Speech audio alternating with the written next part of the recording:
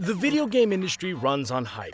Gamers are always on the lookout for the next big thing that will blow their minds and keep them occupied for dozens of hours. Unfortunately, not all games live up to the hype.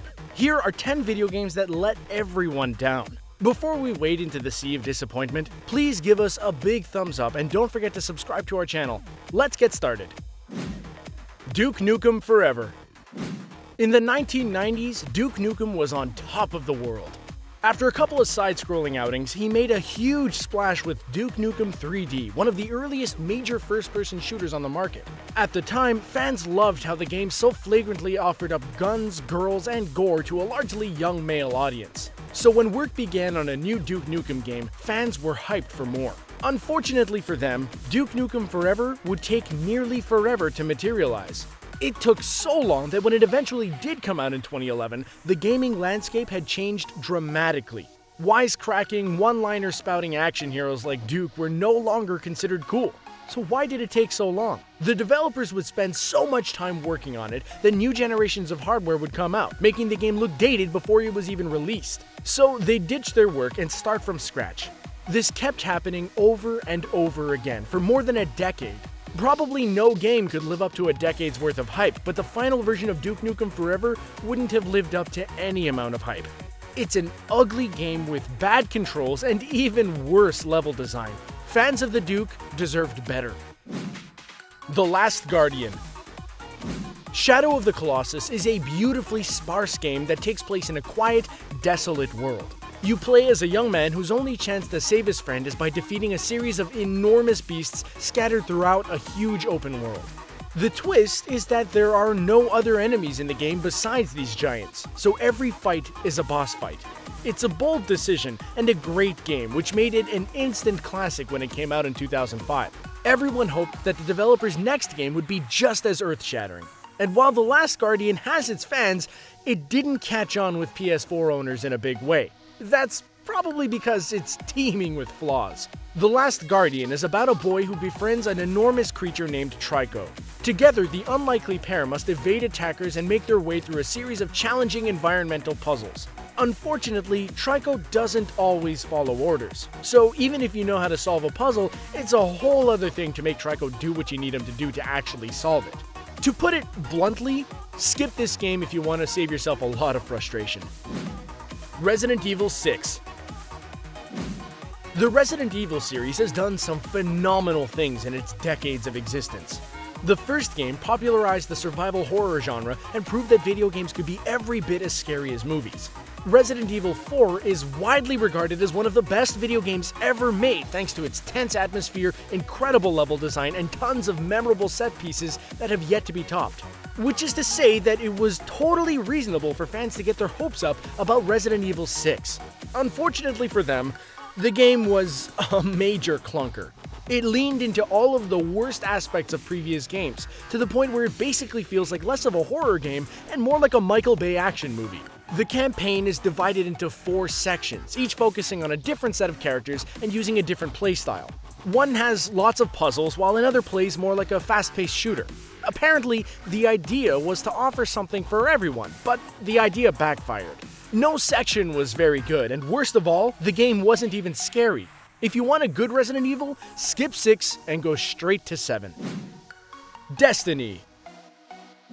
Players were promised the stars with Destiny. This game was billed as an epic online experience that would play out over the course of a decade plus. And since it was from the makers of Halo, the series that paved the way for first-person shooters on consoles, people believed the hype. After all, no one made better shooters than Bungie. But when it first launched, Destiny sure seemed thin compared to what we were expecting. Sure, it had great shooting mechanics and plenty of bad guys to riddle with bullets, but the epic story we were promised was nowhere to be found, and far too many of the missions felt like fetch quests. Frankly, Destiny is a grind. After an expansion or two, it finally became the game fans were hoping for originally, a stellar online shooter with an epic intergalactic story. But it took about a year to get there, and by that point, some fans had abandoned ship in search of more meaty online games. At least Bungie got its act together eventually. That's more than we can say for most of the games on this list, which remain major letdowns to this day. But here's hoping that Destiny 2 is even better. Sonic the Hedgehog 4. The Sonic the Hedgehog series started off strong on the Sega Genesis in the early 90s, but after a few popular and acclaimed games, the series started to feel stale. It was like Sonic was just running in place, with very few fresh ideas added to the mix. This went on for a couple of decades, but in 2010, Sega declared it was bringing the Blue Speedster back to his roots.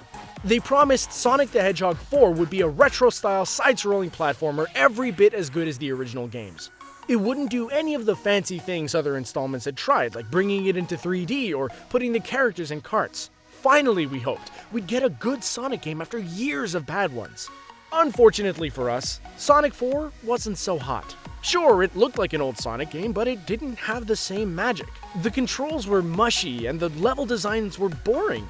Making matters worse, Sega divided Sonic 4 into 2 episodes and released them separately, an idea that doesn't make a whole lot of sense for a platformer. For all Sega's talk about bringing Sonic back to its roots, Sonic 4 turned out to be just another bland Sonic game.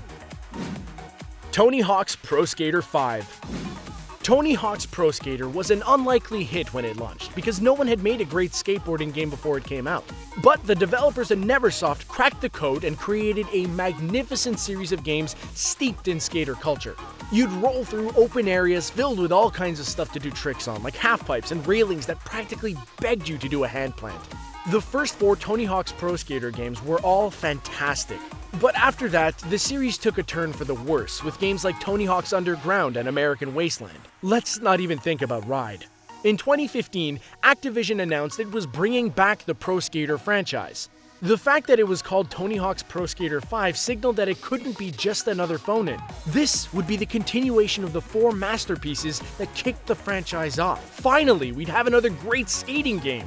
Unfortunately, the finished product didn't live up to the hype. It was a buggy mess that required a massive day 1 patch to make the game playable. Even with the patch, the game wasn't fun, earning low review scores and a mountain of complaints online. Maybe one day we'll get a great new Tony Hawk game, but Pro Skater 5 definitely isn't it. Dragon Age 2.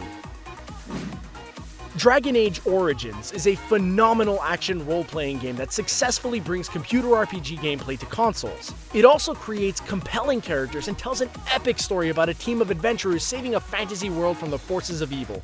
In short, it's a great game for any fan of fantasy RPGs. So it's no surprise that expectations were high for the sequel Dragon Age 2. But what developer BioWare delivered was something noticeably less ambitious than Origins.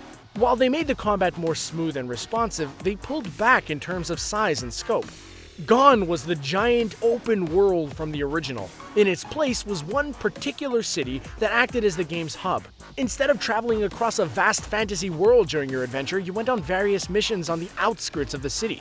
Worse yet, these missions took place mostly in bland caverns that all looked more or less the same. When compared to its predecessor, Dragon Age 2 just comes up lacking. Thankfully, the developers at BioWare came back swinging with the sequel Dragon Age Inquisition. It's a huge, meaty game that corrects many of the bad choices made in Dragon Age 2. Evolve. The idea behind Evolve sounds intriguing. It's an online shooter in which 4 hunters try to take down a large, vicious monster before it can wipe the floor with them. The hook is that it's a 5-player game, and one of the players controls the monster. It sounds great on paper, but in reality, Evolve demands a lot of players. It requires each person to learn how to succeed while playing as the various monsters and numerous classes of hunters. As if that isn't hard enough, it also asks each group of hunters to coordinate and formulate a plan of attack to take the monster down. That might work well if you have a dedicated group of friends who can meet up online regularly. But if you're playing with strangers, it's a much tougher sell. Despite mostly positive reviews, Evolve simply failed to take off, and any online game is only as strong as its player base. Evolve never reached a big enough audience to succeed. Eventually, the developer turned it into a free-to-play game for PC, but it was too late. If Evolve hadn't caught on during its initial release, then it wasn't going to catch on a year and a half later. Evolve put in a good effort, but it couldn't live up to its own hype. Watch Dogs. Ubisoft first showed off footage of Watch Dogs before the Xbox One and PS4 had launched, but it was obvious that this was a next-generation game. It looked fantastic. The demo showed the main character striding through a gorgeously rendered city, hacking into people's phones and manipulating the city's automated infrastructure. The promise was that this next generation of consoles would deliver an experience unlike anything else on the market. The depth and breadth of the game world looked astounding. When you set expectations that high, it's no surprise when reality doesn't live up to the hype. When Watch Dogs eventually came out, it looked good, but not as good as the first glimpse had suggested. And while the game world was large and open, it was also pretty bland. Making matters worse, the main character was about as interesting as a piece of bread. The whole thing felt overly serious and lacking in personality. They'd created an impressive world, but hadn't filled it with interesting characters, great gameplay, or fun things to do. If you were disappointed by the original Watch Dogs, try the sequel, which came out in 2016. It corrects much of what's lacking in the original. No Man's Sky.